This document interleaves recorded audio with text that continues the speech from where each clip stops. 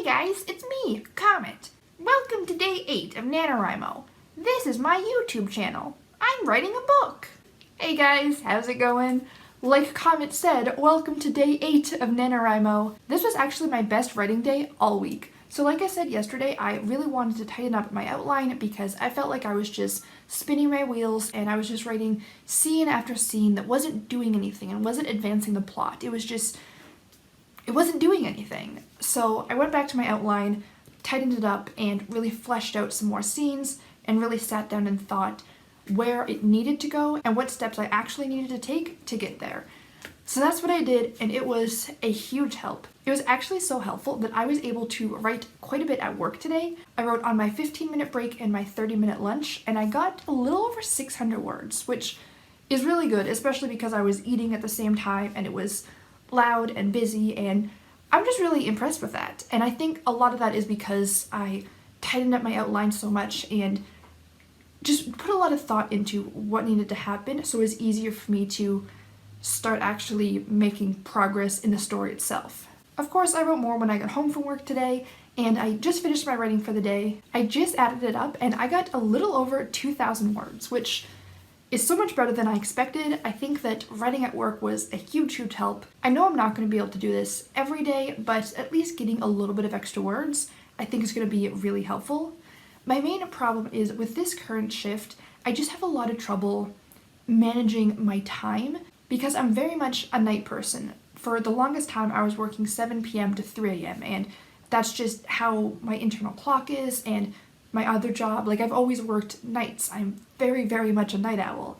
And now I work 9 to 5, like in the daytime.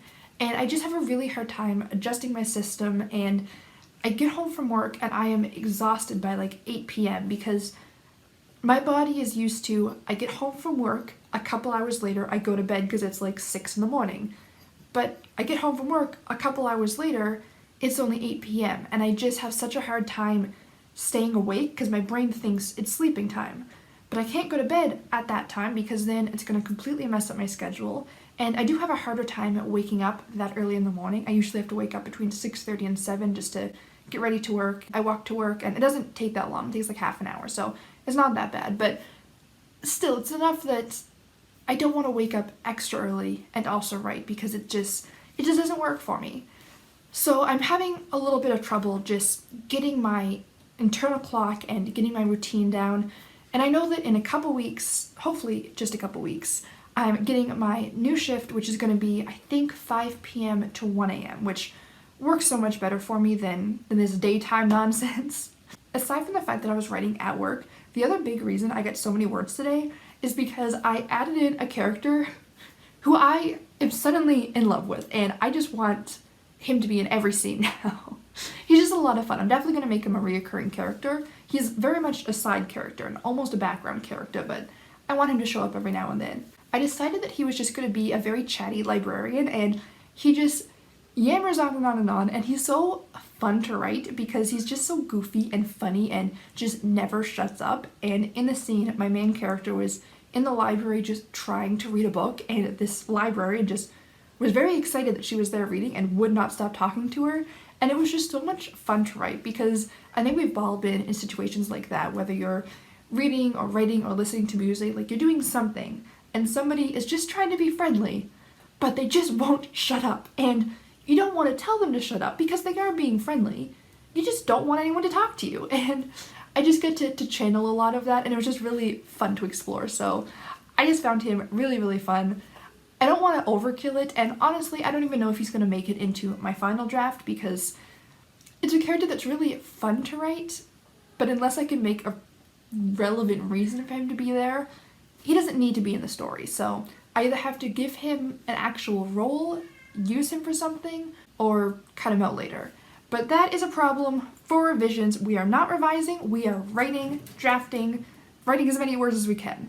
So all in all, I found this a very successful day, and hopefully tomorrow I can do the same. I know that I'm already ahead, but I would like to get even more ahead this weekend because week 2 is coming up, and that's when I always hit my slump, and I'm trying really hard to stay excited, stay motivated, and stay ahead this week so that when I start to hit that slump, hopefully this motivation can keep me going a little bit.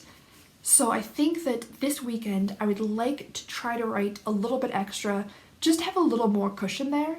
I do have an extra shift at my other job this weekend, but it's only like a 4-hour shift or something, so it's really not going to get in the way of anything. I think the week 2 slump is just a universal thing though, right? Like for me it's always halfway through week 2, so like day 10ish, and I've heard the same thing from so many people, so it kind of makes me feel better that I'm not alone, but it's also going to suck that a lot of us are going to be in real trouble real soon. So let's all just band together and remember that we like writing, and just remind yourself you like writing and you're interested in this story, and we're just gonna do our best. That's all we can do. Do our best and eat ice cream. You can see I have ice cream. Actually, this is another unrelated.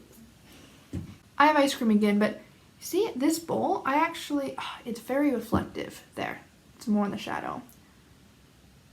I actually got this from my other job, the studio.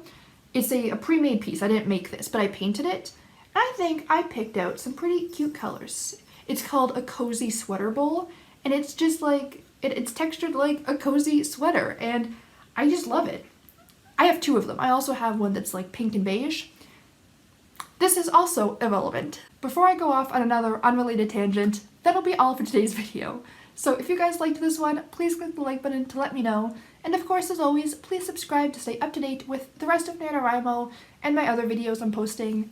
Remember that in November, I'm posting Nanowrimo vlogs 5 days a week and other videos twice a week. And after November, I'm going to be posting my regular videos every Wednesday and Sunday, usually reading or writing related. So I hope to see you guys next time, and until then, have a great day. Bye!